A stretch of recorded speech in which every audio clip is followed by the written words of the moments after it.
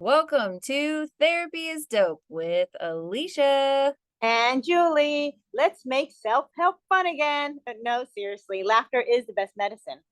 Come and join us as we introduce new ways of thinking and being. And hopefully get you laughing along the way. Hi, listeners. So, you probably want to hear a little bit about your host.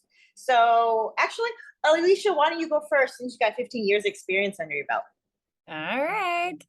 I just sort of happened upon this field. I decided that I was good at talking, and that's what I needed to. I needed to appeal to my strengths.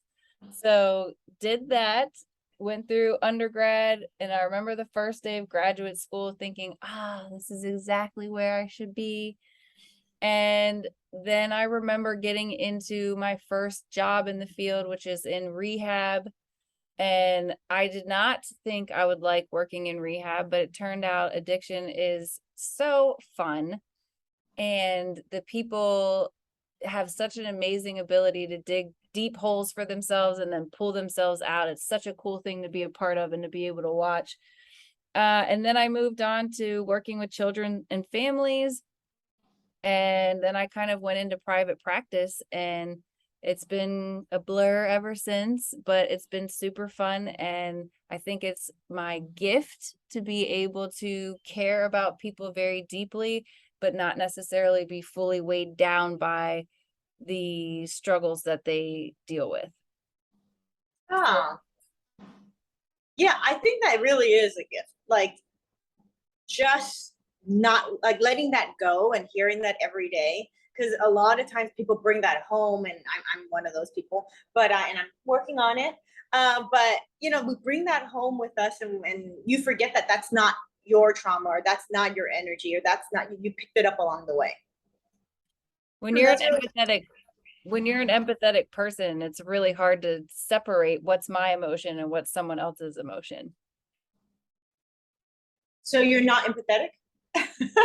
I am empathetic, but I just have a natural gift, I think, for being able to separate it. I don't know where it comes from. I didn't consciously work on that. It just was how I was.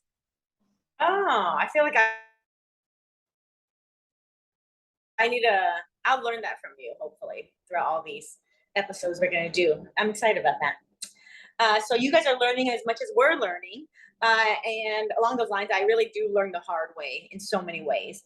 I basically got into self help and all this, therapy stuff because I got my heart broken in a million trillion pieces when I was 30, because I lived a life of check boxes. Like it was what I was supposed to do, and I was following what I thought society wanted me to be, what my culture wanted me to do, and all that. So when it kind of got pulled from under me, I felt like, do I really want to do this career wise? Do I really want to date this person? Do I really want to? And those questions came up for the first time ever. And normally, people, or not normally, but some people turn to like drugs or turn to distractions or things like that. And I did that for a short period of time, and which I still dabble from time to time. But I really got into self help then. I started meditating. I started just reading a ton of books, listening to a bunch of podcasts, YouTube videos, all the good stuff. And it really saved my life. So 8 years later, I've never been happier. And I think that's why I'll speak on behalf of me and Alicia, but I think that's why we wanted to start this podcast, in hopes that maybe we could reach out and help someone somewhere out there, just even if it's like 2 degrees better, and we made them smile for the day or made them laugh. That really is the point of the podcast. That's so beautiful. Aw.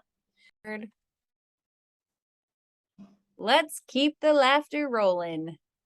Thanks for letting us be part of your journey. Join us next week as we dive into an interesting quote that Alicia and I will discuss further. The quote is, I am not who I think I am. I am not who you think I am. I am who I think you think I am. It is a brain teaser, y'all. That'll be fun for us to dive into.